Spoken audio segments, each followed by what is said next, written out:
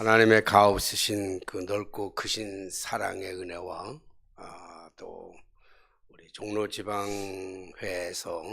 전폭적으로 저희들을 지원해 주시는 그 도움과 그리고 여러분들의 사랑과 기도 덕분으로 저희들이 저희 집사람하고 제가 7박 8일을 거쳐서 우리 사도 바울이 걸어갔던 사도행전 16장에서 17장에 이어지는 그 바울의 행적을 따라서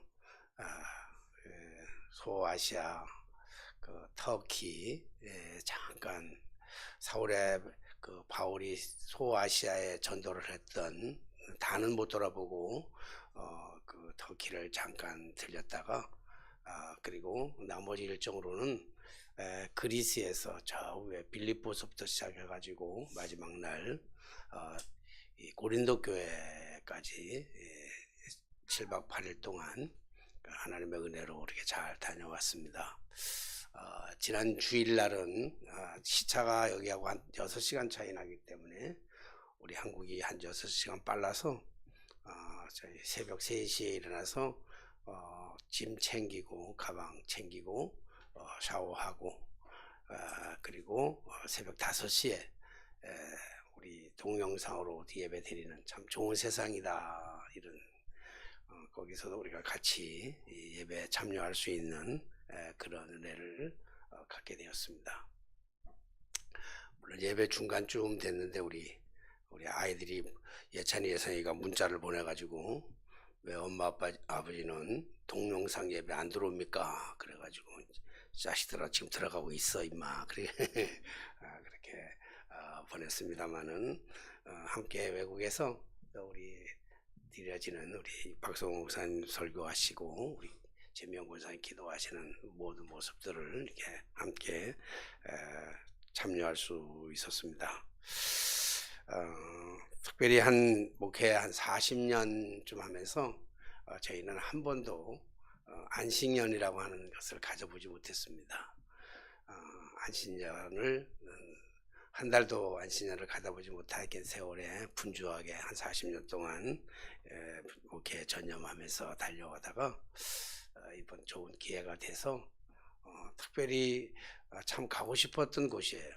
그리스는 사울의 그 선교의 사역지였고 특별히 바울이 막 좋아서 갔던 곳이 아니고 정말 가기 싫었지만 할 수 없이 그가 발걸음을 옮겼던 그런 지역이고 게다가 요즘 우리 교회에서 수요일하고 금요일은 고린도 전후서를 공부하고 있거든요. 고린도서를 공부하고 있는데 그냥 매일 듣기만 하고 책으로 보고 다른 사람의 얘기를 듣던 그런 걸 가지고 설교하는 것보다 실질적으로 한번 가서 보고 참여하고 눈으로 목격하고 와서 설교하는 것이 참으로 다르구나 하는 사실을 우리가 깨닫게 되는 귀한 은혜를 경험할 수 있게 되었습니다. 그리스로 가기로 우리 종로 지방에서 결정을 하고 난 다음에 또 몇 달 동안 굉장히 가슴이 설렜습니다. 두근거리기도 하고 기대가 되기도 하고 더더군다나 이번에는 저희 집사람하고 같이 동행할 수 있는 그런 은혜가 있었죠. 다른 데 같으면 돈이 너무 많이 들어서 갈 수가 없는데 이번에는 우리 종로 지방에서 좀 작은 교회들을 특히 이제 우리 교회하고 한 2교회 정도는 전폭적으로 많이 지원을 해주셔서 우리 좀 그래도 부담은 되지만 조금 부담을 덜 가지고 우리 집사람하고 같이 여행할 수 있어서 좋았습니다. 더군다나 이제 가기 전까지 비행기를 타고 가는 동안에는 10시간 비행기를 타고 갔다가 다시 도하에서 이스탄불까지 또 4시간, 14시간을 이제 차를 타고 가는데 물론 갈아타는 시간 한 2시간까지 하면 한 16시간 비행기를 타고 이제 가는 동안 내내 저는 사실 굉장히 설레고 또 기대가 많았습니다. 여행이란 갈 때의 여행은 여행이란 정의를 한다면 설레임과 기대다 이렇게 얘기하면서 참 이번 설 참 많이 설렜습니다. 특히 이제 다른 나라들 가는 것보다 특별히 이 그리스를 간다고 했을 때 유럽이잖아요. 그래서 굉장히 마음에 유럽에도 다른 지역은 이번엔 안 갔습니다, 저희들이. 그리고 오직 그 그리스만 사도 바울의 그 발자취만 따라서 가는 그런 행적이었기 때문에 굉장히 기대가 저에게는 기대가 참 많았어요. 기대와 설렘으로 갔다가 그리고 이제 그리스에 들어가서부터는 그 설레임과 기대가 오히려 충격과 미안함으로 바뀌더라고요. 기대하면서 너무 많은 충격을 받았고 그리고 사도 바울의 그런 그 발자취를 보면서 너무 미안한 거예요. 제가 목회하는 이 현상에서 그대 앞에만 서면 왜 이렇게 나는 작아지는지 그 사울의 그 위대한 모습, 바울의 그 위대한 모습을 보면서 나의 모습이 너무 초라하게 정말 부끄럽고 그래서 그런 모습들을 보면서 우리가 다시 한번 신앙을 내 자신부터도 신앙을 한번 대점검하고 매너리즘에 빠질 수밖에 없는 이런 오랜 40년의 그 목회 생활을 다시 한번 재정립하면서 허리띠를 졸라매고 대하기까지 좀 더 열심히 해야 되겠다라고 하는 그런 마음을 갖게 되었습니다. 물론 사람들마다 다 조금씩은 차이가 있겠지만 우리 집사람은 이스탄불에 내려서 소피아 성당을 가면서 가이드 얘기를 들으면서 굉장히 마음을 많이 아파하더라고요. 왜냐하면 그 찬란했던 기독교 문화가 무슬림한테 다 뺏겨가지고 소피아 성전 같은 데는 예수님의 성화 이런 것들을 다 금으로 모자이크한 건 다 뜯어가고 그리고 성화에는 그 회칠을 다 해가지고 세멘트 해가지고 막 다 이렇게 막 발라놨더라고요. 그런 걸 보면서 기독교의 정체성을 잃어버리고 나니까 결국 무슬림이 들어와가지고 무슬림화가 되어 있는 그런 그 터키를 보면서 우리 집사람은 굉장히 마음이 아파하고 분노하고 괴로워하고 그런 입장을 보았고 저는 그리스를 지나면서 그런 많은 그런 것들을 보면서 참 감동도 되기도 하지만 감동보다는 오히려 충격이 더 컸고 그리고 좀 미안함이 부끄러움이 내 자산의 부끄러움이 훨씬 더 컸다라고 하는 것을 종합적으로 말씀드리고 싶습니다. 사실 우리가 여행 가기 전에 갔다 오면 피곤하니까 가기 전에 설교할 거를 다 만들어 놨어요. 다른 걸로 이거 아니고 다른 본문으로 다 준비하고 다른 걸로 하려고 마음을 먹었는데 특히 오늘은 또 종교개혁주의이기 때문에 다른 걸로 마음을 먹었다가 그래도 아무래도 뭐 여행지가 어떻다 저렇다 그런 얘기는 하고 싶은 마음은 없고요. 내가 뭐 관광한 것도 아니니까 그것보다는 그래도 갔다 온 보고는 좀 드려야 되지 않을까 이런 생각을 가지고 오늘 이 본문을 다시 제가 바꿨습니다. 제 인생 살아오면서 뭐 오래 많이는 안 살았지만 그래도 60여 년 넘게 훨씬 살아가면서 제 살아가면서 제가 잠을 14시간을 14시간이지 13시간 13시간을 잠을 잔 건 이번에 처음이었던 것 같아요. 그래서 갔다 와서 나는 이해를 못했어. 어떻게 사람이 10시간 11시간을 자나 하는데 저는 13시간을 잔 것 같고 우리 집사람은 14시간을 잔 것 같아. 우리 집사람은 뭐 중간에 깼다고는 하는데 같은 13시간 이렇게 시차도 있고 여러 가지 피곤함도 있고 그래서 그렇게 했던 것 같습니다. 그러면서 오늘 사도 바울이 걸어갔던 그 길 오늘 성경의 말씀에 보니까 사도 바울은 사실은 예수님 하나님의 부르심을 다메섹 도상에서 예수 그리스도의 부르심을 받잖아요. 콜링을 받잖아요. 그래서 유대교인이었다가 정말 그가 가말리아 문화에서 공부하는 율법에 능통한 자였지만 한 번도 생각하지 못했던 그 복음을 위해서 그가 다메섹 도상에서 예수 믿는 사람들을 핍박하기 위하여 가다가 거기서 예수님을 만나고 그리고 삶의 변화가 일어나죠. 하나님의 부르심, 콜링이 있었어요. 부르심이 있었어요.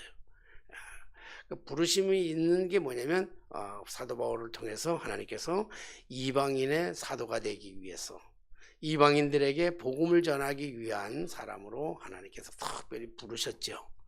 그래서 사도 바울이 제1차 전도 여행을 어디로 가냐면 소아시아 지역, 아시아 지역을 가면서 선교를 합니다. 사실 1차 전도 여행은 굉장히 성공적으로 나름대로 성공적인 그 선교 여행을 끝나고 돌아와서 예루살렘 교회에다가 보고를 하고 그다음에 이제 제2차 전도 여행을 준비합니다. 1차 전도 여행을 성공리에 끝났기 때문에 제1차 전도 여행을 끝나고 보고를 마치고 그리고 이번엔 좀 대대적으로 준비를 잘 해가지고 많은 그 예루살렘 교회를 중심해서 교회들에게 지원을 요청을 받아가지고 다시 그 아시아로 가려고 마음을 먹습니다. 근데 오늘 본문의 말씀처럼 여기 보니까 성령이 아시아에서 말씀 전하지 못하게 하시거늘 성령이 아시아로 가는 것을 막으신단 말이에요. 사도 바울은 아시아를 가고 싶은데 아시아에 가가지고 주의 복음을 전하는 그 사명을 가지고 뜨거운 열정을 가지고 아시아에 가서 복음을 전하려고 하는데 성령께서 아시아로 가는 것을 막는 거예요. 하나님의 일이고 하나님의 선한 뜻이고 하나님의 계획인 것 같은데 이게 성령께서 막으니까 도무지 이해할 수가 없는 거예요. 근데 사도 바울은 이것이 하나님의 성령의 정말 성령이 막는 성령이 하시는 일인지 하나님이 정말로 이걸 하지 않게 하시는 것인지를 분별할 수가 없는 거예요. 그래서 사도 바울이 여기에 보니까 그 다음에 뭐라고 하냐면 그들이 성령이 전하지 못하게 하시고 그들이 부르기아와 갈라디아 땅으로 다녀가서 걸로 지나서 어디 가냐면 성령의 말씀을 무시하며 여기 보니까 무시하러 갔다 그랬잖아요. 무시하러 이르러 비두니아로 가고자 애를 썼다. 성령이 막는데도 불구하고 사도 바울이 뭐냐면 성령의 그 말씀을 거역하고 계속해서 자기의 의지대로 자기의 계획대로 왜냐하면 그것이 하나님의 뜻이라고 생각했기 때문에 그래요. 아시아로 가는 것이 복음을 전하는 것이 하나님의 뜻이라고 분명하게 생각했고 계획했고 많은 사람들에게 원조를 받아서 도움을 받아서 그래서 헌금을 걷어가지고 그리고 아시아로 가려고 하는데 아시아로 가는 것이 막히니까 사단에 막을 수 있다 생각하기 때문에 무시하고 계속적으로 앞으로 진행하는 거예요. 계속 아시아로 가려고 하는데 성령께서 계속 막는 거예요. 무시아를 지나 드로아로 갔는데 우리가 이번에 지난번에 가니까 드로아 우리가 이번에 간 곳이 드로아라고 하는 곳도 가게 되는데 그 내려갔는데 여기 9절의 말씀이잖아요. 밤에 환상이 바울에게 보이니 마게도냐 사람 하나가 서서 그에게 청하여 이르되 마게네로로 건너와 우리를 도우라 하거늘 그잖아요. 또 마게네로로 오라고 들어와라고 하는 것처럼 들어오라고 마게도냐로 들어오고 이 마게도냐가 어디냐 그러면 지금 그리스 땅입니다. 마게도냐가 바로 그리스의 수도이잖아요. 그러니까 마게도냐 사람이 손짓을 하면서 마게도냐로 들어오라고 말을 하니까 이 사도 바울이 그 환상을 보았을 때 그리스에 가니까 환상이라는 단어가 두 가지 의미로 사용하더라고요. 하나는 그냥 꿈 일어나가지고 개꿈처럼 일어나가지고 아무 꿈은 꿨는데 금방 잊혀지는 걸 그런 꿈이 있는가 하면 또 다른 꿈은 꿈을 꾸었는데 잊혀지지가 않는 거예요. 계속적으로 머리에서 계속적으로 기억에 남고 그리고 그 가슴에 그냥 불을 당기고 그것 때문에 그래서 반드시 그 환상은 그 꿈은 이뤄내어야 하는 그런 꿈으로 사용하는데 사도 바울이 환상을 보았다고 하는 것은 이런 후차적인 꿈입니다. 이룰 수밖에 없는 그런 꿈을 꾸었다라고 이야기를 하죠. 그래서 사도 바울이 환상을 보았을 때 이제 마게도냐를 부르고 이제 그리스로 가는구나 가게 되는 그런 모습을 보면서 이제 그리스 땅에 들어가 가지고 사도 바울의 발자취를 제가 밟아보면서 어떻게 이게 가능할 수 있었을까라고 하는 것이 계속 퀘스천이에요. 사도 바울이 어떻게 사실 사도 바울이 그렇게 했기 때문에 우리가 이렇게 그것으로 여행 갈 수 있는 그 길이 열리기도 했지만요. 그걸 가서 보면서 그 먼 곳을 그 차를 타고 가도 정말 하루 종일 타고 가야 되는 그 먼 길을 사도 바울은 어떻게 이 먼 길을 마다하고 갔을까? 가는 곳마다 사람들에게 다 융성하게 대접받은 것은 아니잖아요. 데살로니가 같은 데서는 사도 바울이 죽을 위기까지 놓여 있는 그런 어려움을 당하기도 했어요. 빌립보에 가니까 빌립보에 가서 가장 제가 보고 싶었던 곳에 갔는데, 오늘 빌립보에 가니까 간다는 게 얼마나 어렵습니까? 계획도 없었지요. 그리고 아시아로 가겠다고 다 헌금까지 다 걷어가지고 계획을 다 쓰고 예산도 다 잡아놨는데 아시아로 가지 아니하고 유럽으로 간다고 한다고 하는 것은 다른 사람들한테 계획을 다 변경해야 된다는 건 너무너무 어려운 일이에요. 그래서 사도 바울이 그런 어려운 일에 봉착하게 되었죠. 그럴 뿐만 아니라 마게도냐에는 아는 사람, 꿈에 본 환상 가운데 본 마게도냐 사람이 손짓하는 것 그 하나만 가지고 그 마게도냐로 이역 멀리 간다는 것은, 아시아에서 유럽으로 넘어간다는 것은 정말로 힘들고 어려운 일이란 말이에요. 친척이 있습니까? 누가 있습니까? 아무것도 없는데 그럼에도 불구하고 사도 바울은 그 복음을 가지고, 복음 하나만을 가지고 그 빌립보 성으로 들어가게 되는 것이죠. 빌립보로 들어갈 수 있었던, 그러면 사도 바울이 과연 오늘 이 아시아에 가려고 했던, 이 복음을 들고 아시아로 가려고 했던 것을 유럽으로 발걸음을 옮길 수 있었던 그 비밀은 무엇일까? 그 계속 제가 그리스를 가면서 계속 퀘션이에요. 계속 질문이에요. 어떻게 이런 데를 갈 수 있을까라고 하는 끊임없는 질문이 나를 계속 질문하는데, 그러면 사도 바울은 어떤 사람이었을까? 라고 계속 제가 질문하면서 내가 느낀 것은 사도 바울은 성령의 사람이었고 기도의 사람이었다 라고 하는 것으로 결정을 내릴 수가 있었습니다. 그래서 오늘 제가 설교의 제목을 성령과 기도의 사람 이렇게 했는데, 따지고 보면 성령의 사람이며 기도의 사람이었다, 그렇게 말씀을 드리고 싶습니다. 그러니까 이게 소명이라고 하는 것은, 첫째는 소명이라고 할 때는 소명자에게는 반드시 두 가지가 있는데, 한 가지는 뭐냐고 한다면 하나님의 콜링이 있어야 돼요. 부르심이 있어야 돼요. 부르심이 없이는 하나님의 그 일을 감당할 수가 없는 것이잖아요.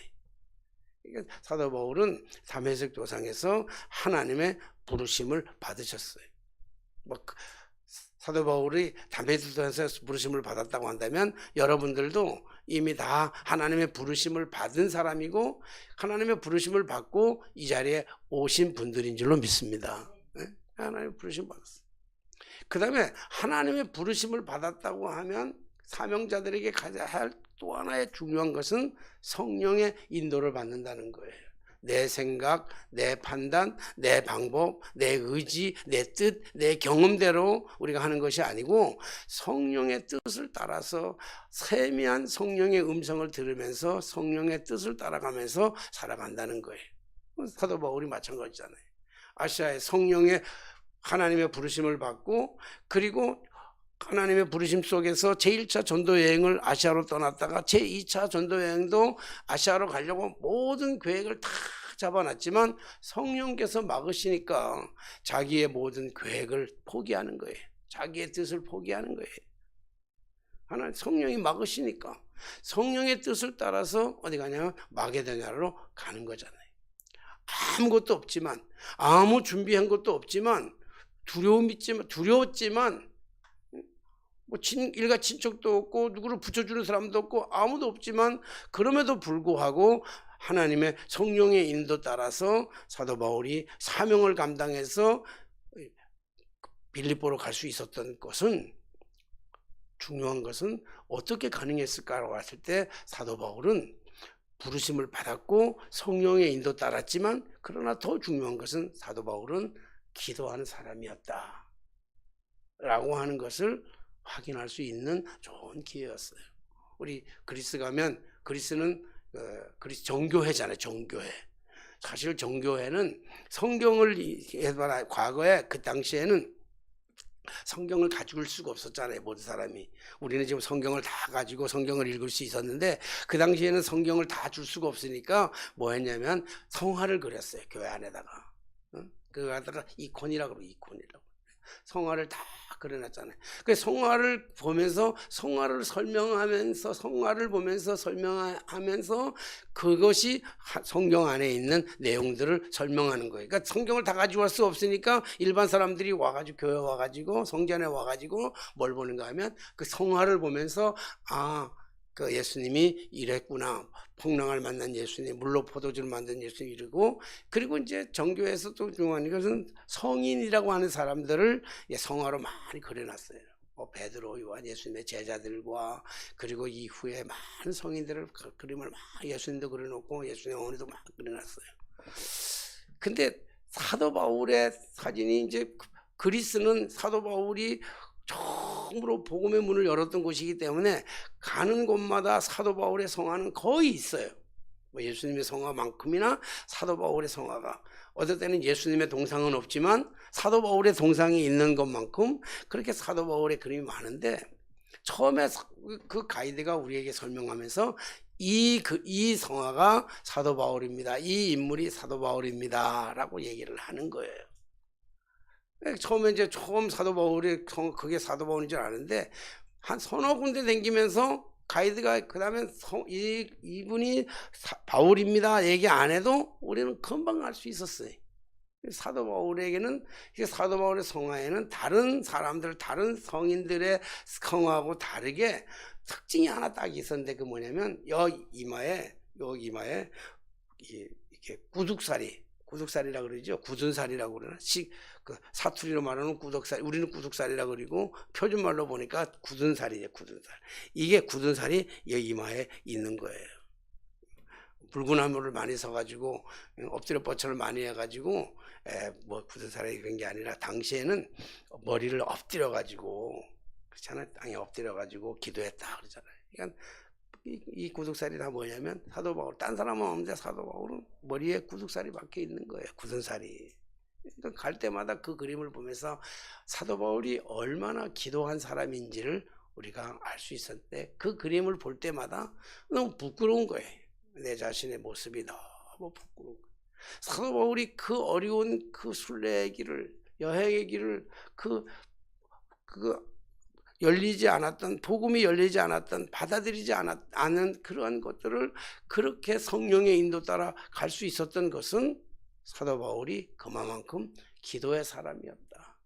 힘들고 어려운 일을 감당할 수 있었던 것은 그가 기도의 사람이었기 때문에 그렇구나 라고 하는 사실을 알게 되었어요. 기도하는 사람에게 하나님께서 정말로 성령의 인도를 따라서 아무것도 준비되어 있지 않는 무방비 상태 속에서 유럽으로 들어갔을 때 하나님은 기도해야 하는 그 사도 바울에게 사람을 붙여주시는 거예요. 기가 막히게 사람을 붙여주셔. 그 뭐냐면 처음 가서 만나는 것은 뭐냐면 거기에 회당이 없으므로, 빌립보에는 회당이 없어가지고 어디 가냐면 기도할 처소를 찾기 위해서, 우리 다음에 보면 있지만 기도할 처소를 찾기 위해서 어디 가냐면 빨래터를 가는 거야. 내과에 가가지고 빨래하는 빨래터에 가가지고 누구를 만나냐면 루디아를 만나는 거예요. 루디아가 어떤 사람이냐면 자주 옷감을 파는 사람이잖아요. 자주 옷감 파는. 자주 옷감이라고 하는 것은 그 당시에는 왕들만 입는 거예요. 자주 색깔 옷을 전체를 다 입는 것은 왕이 입는 것이고, 왕족이든지 귀족들은 다 입을 수가 없어. 자기네 집안에서만 입을 수 있지 그 왕족을 다 나갈 수는 없어요. 그래서 밖에 나갈 때는 한 부분만, 옷 소매만 한다든지 카라만 한다든지, 그래서 자주색을 달았다고 그래요. 그러니까 이 어마어마한 왕족들과 귀족들만 대하면서 옷감을 파는 루디아를 만나가지고 그 루디아 집에서 예배를 드리면서 그 루디아 집에서 만든 교회가 뭐냐면 바로 빌립보 교회가 탄생하게 되는 놀라운 역사가 일어나게 되잖아요. 그래 가니까 처음에 그리스 가서 우리가 제일 먼저 본 것이 바로 루디아 기념교회고, 그 루디아 기념교회 앞에 흐르는 내과에서 빨래터 그 말대에 대해서 우리가 볼 수 있었습니다. 오늘 보면서 도저히 불가능한 일이었지만 그럼에도 불구하고 성령의 인도를 따라가기 위해서 기도했던 사도 바울이 그 많은 그 빌립보에서부터 뭐 여러 가지 뭐 많아요. 저기 뭐 메타오라 같은 데는 수도원도 있고 그런데 그걸 말고 빌립보에서 거쳐서 그 다음에 이 데살로니가로 왔다가 그리고 데살로니가 가서 엄청난 핍박을 받았는데 그 핍박을 받아서 도망가다시피 해가지고 간 곳이 었냐면 베레아라고 하는 곳인데 베레아 사람들은 얼마나 또 신사적인지 사도 바울을 위로해주고 격려해주고 다 그러면서 결국은 사도 바울이 어디까지 가냐면 고린도까지 가게 되는 거예요. 이 고린도는 정말 타락의 도시. 깜짝 놀랐어. 나는 고린도를 보면서 부요한 도시고 그런 걸 봤는데 고린도 가가지고 무슨 아테네에서도 어마어마한 신상들을 보았지만 신전들을 보았지만 고린도 교회가 고린도라는 지역에 가가지고 고린도는 지역이 다 사라져버리고 없어요. 그 풍요했던 도시가 다 사라져버리고 그러는데 그 음란의 도시, 어마어마한 음란의 도시, 타락의 도시였습니다. 지식이 도시였으면서 불구하고 음란과 타락의 도시가 다 멸망되어 버린 그러한 것을 우리가 목격하고 이렇게 왔습니다. 어쨌든 이 불가능한 이 선교의 순례의 길을 걸어갈 수 있었던 사도 바울이 걸어갈 수 있었던 것은 그걸 보면서 끊임없이 느꼈던 것은 어떻게 질문인 것이에요. 어떻게 이 험난한 길을 그 당시에 교통도 나빴을 텐데 어떻게 이 험난한 길을 걸어왔을까라고 하는 의문 속에서 사도 바울이 걸어갈 수 있었던 유일한 길은 성령의 인도 따라서 그가 기도하면서 이 일을 걸어왔겠구나. 기도할 때. 그리고 물론 다른 사람들하고 이런 얘기를 안 해봐서 모르지만 제가 끊임없이 가는 곳마다 그 어려운 굽이굽이 가는 곳마다 사도 바울이 이 일을 감당할 수 있었던 것은 역시 한 가지 제가 내린 결론은 사도 바울이 기도의 사람이었고 성령의 사람이었지만 사도 바울이 이 일을 가능할 수 있었던 것은 성령의 인도를 따라 기도하면서 갔지만 그 뒤안길에는 사도 바울의 뒤편에는 항상 주님이 함께 하셨구나. 주님이 동행하셨던 주님의 발자취, 주님의 향기를 느낄 수가 있었습니다. 그걸 보면서 저는 그 모든 것을 보면서 우리는 부족하지만 우리는 연약하지만 바울이 대단해서가 아니라 바울이 훌륭해서가 아니라 그러니까 가이드는 처음부터 끝까지 바울 얘기만 하는 거예요. 그래서 내가 마지막 그런 얘기했어요. 바울이 훌륭한 사람이긴 하지만 그러나 바울 혼자서 이 일을 가능하게 했겠느냐. 이 뒤에서 함께 동행하시고 함께 도우시고 함께 은혜를 베풀어 주시는 그 하나님, 성령 하나님, 예수 그리스도의 아름다운 숨결을 느낄 수 있었으면 좋겠다. 저는 그 가면서 예수께서 함께 해 주심으로 말미암아 성령의 사람, 기도의 사람과 함께 하실 때 모든 기적의 역사가 로마의 새로운 복음이 열리는 로마의 그 모든 길이 열리는 어마어마한 하나님의 그 역사를 우리가 보고 왔습니다.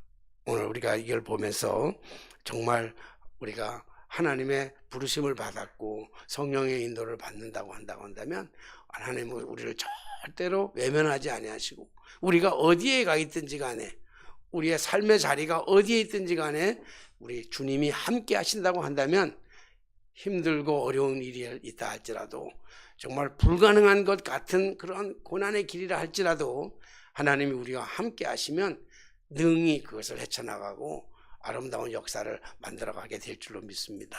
그리스에서 정말 가가지고 깜짝 놀랐던 것은 그리스는 몇천 년 동안 다른 나라의 침략을 받고 다른 나라의 지배를 받고 살았더라고요.